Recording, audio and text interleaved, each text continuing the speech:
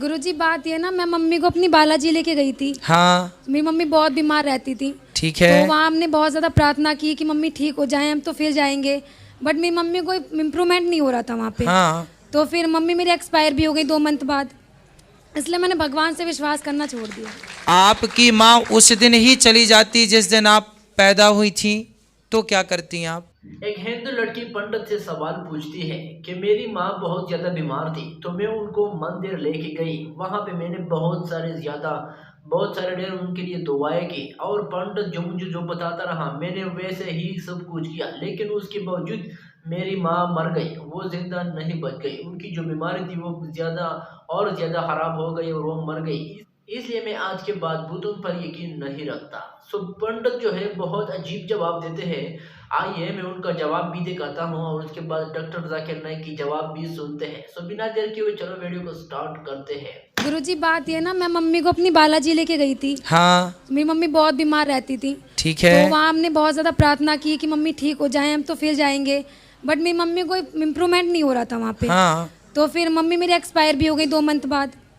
इसलिए मैंने भगवान से विश्वास करना छोड़ दिया कि मम्मी को मेरे में सब लेके भी गई, हर जगह बोला भी, हर दुआ दवा सब कुछ कराई, लेकिन मम्मी को कुछ भी फ़ायदा नहीं हुआ। तो इस वजह कितने से साल की थी आपकी मम्मी? कितने वर्ष की थी? मेरी मम्मी 40।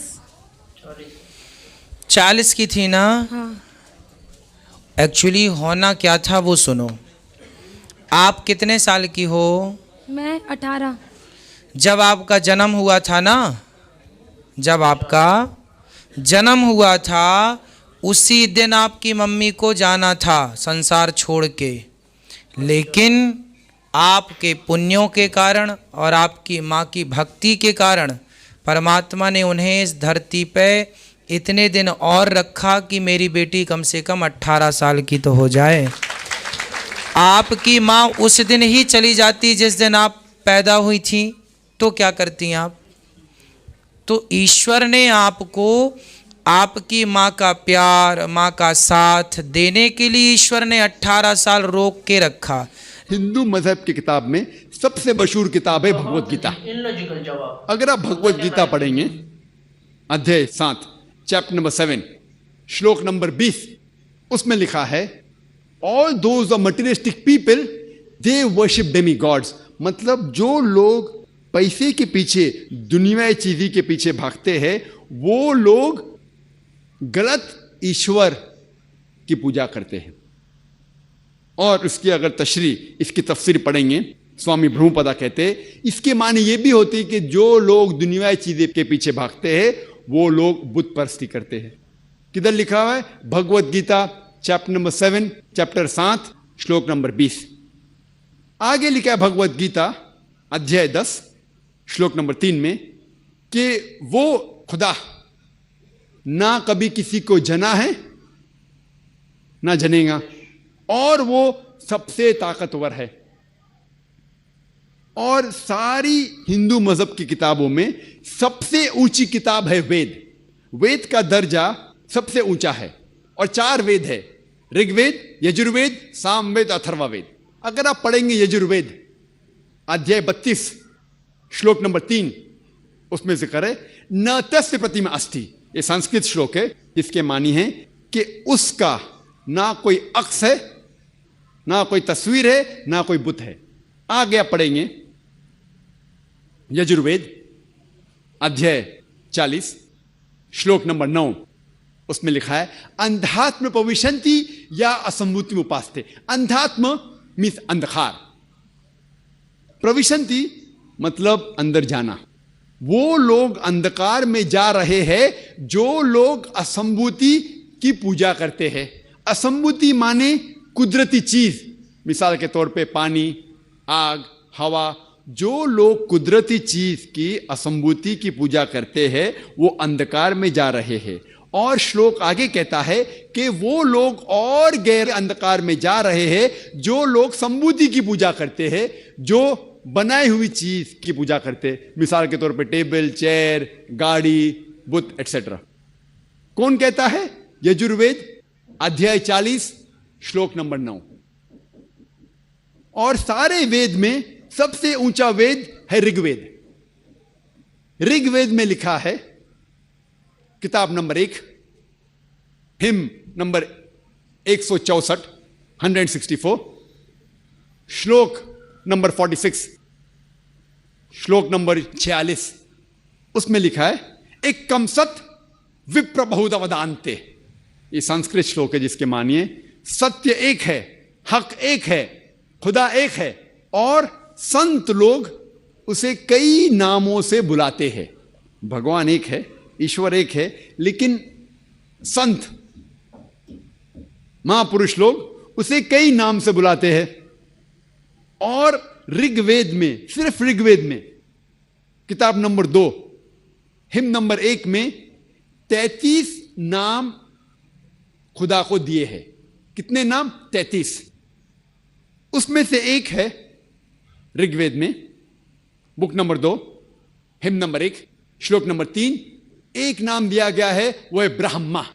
इंग्लिश में उसे कहते हैं क्रिएटर, उर्दू या अरबी में कहते हैं खालिक।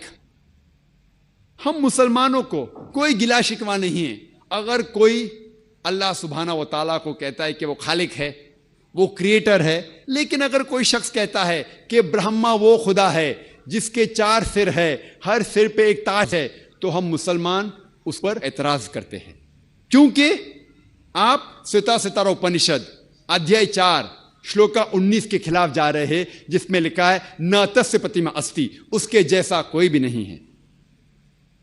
एक दूसरा नाम जो खुदा को दिया गया है Rigveda, book number 2, hymn number 1, श्लोक नंबर 3 में, वो है विष्णु। अंग्रेजी में उसे कहते हैं सस्टेनर, द चेरिशर। अगर उर्दू या अरबी में कहेंगे तो वो है रब।